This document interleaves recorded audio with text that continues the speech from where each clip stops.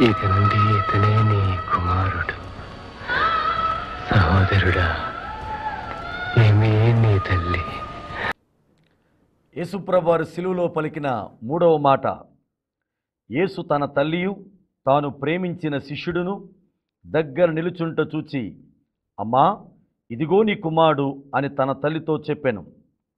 తరువాత శిష్యుని చూచి, ఇదిగో నీ తల్లి అని చెప్పాను. మనుషుల గురించి పలికినటువంటి మూడో మాట ఇది. తల్లిని జ్ఞాపకం చేసుకుంటూ ఆ తల్లి కొరకు యోహానుతో పలికినటువంటి మాట ఇది. మీరు గమనించాలి, కలువరి శిలువ ముందు కన్న తల్లి అయినటువంటి మరియ నిలవబడింది.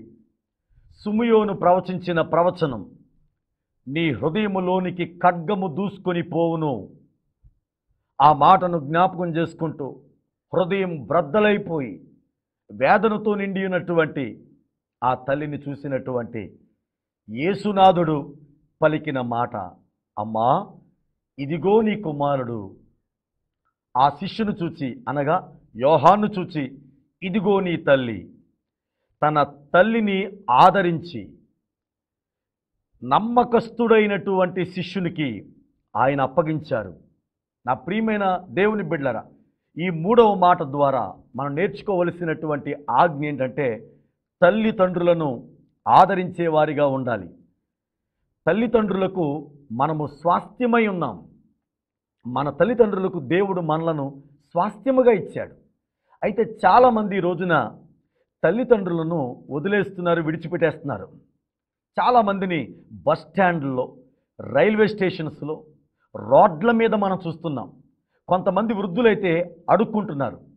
కొంతమంది వృద్ధులనైతే వారి కుమారులు కానీ వారి కుమార్తెలు కానీ వృద్ధాశ్రమాల్లో చేర్పిస్తున్నారు. నీవు క్రైస్తవుడు అయితే, క్రైస్తవురాలవైతే, సిలువలో పలికిన ఈ మూడవ మాట ద్వారా నువ్వు జ్ఞాపకం చేసుకోవలసినటువంటి సత్యమేంటో తెలుసా? తల్లిదండ్రులను ఆదరించేవారిగా మనం ఉండాలి. ఈరోజు క్రైస్తవులు అయ్యుండి కూడా చాలామంది తల్లిదండ్రులను ప్రేమించేవారిగా లేకుండా ఉంటున్నారు. వాళ్ళని చేదరించేవారిగా, వాళ్ళని తిట్టుకునేవారిగా, వారిని బయటికి గెంటేసేవారిగా ఉంటున్నారు.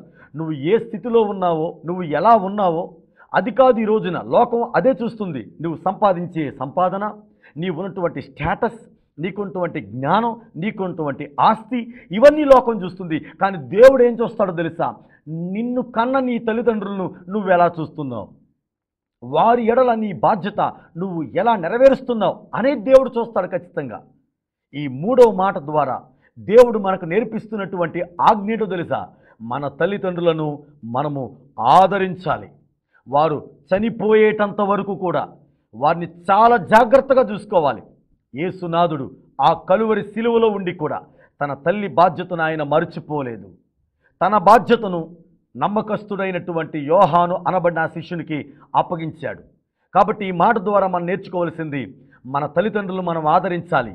అలా ఆదరించి ఆయన కలువరి శిలువలో చేసిన ఆ త్యాగాన్ని మన జీవితంలో నెరవేర్చుదుముగాక. ఆమేన్.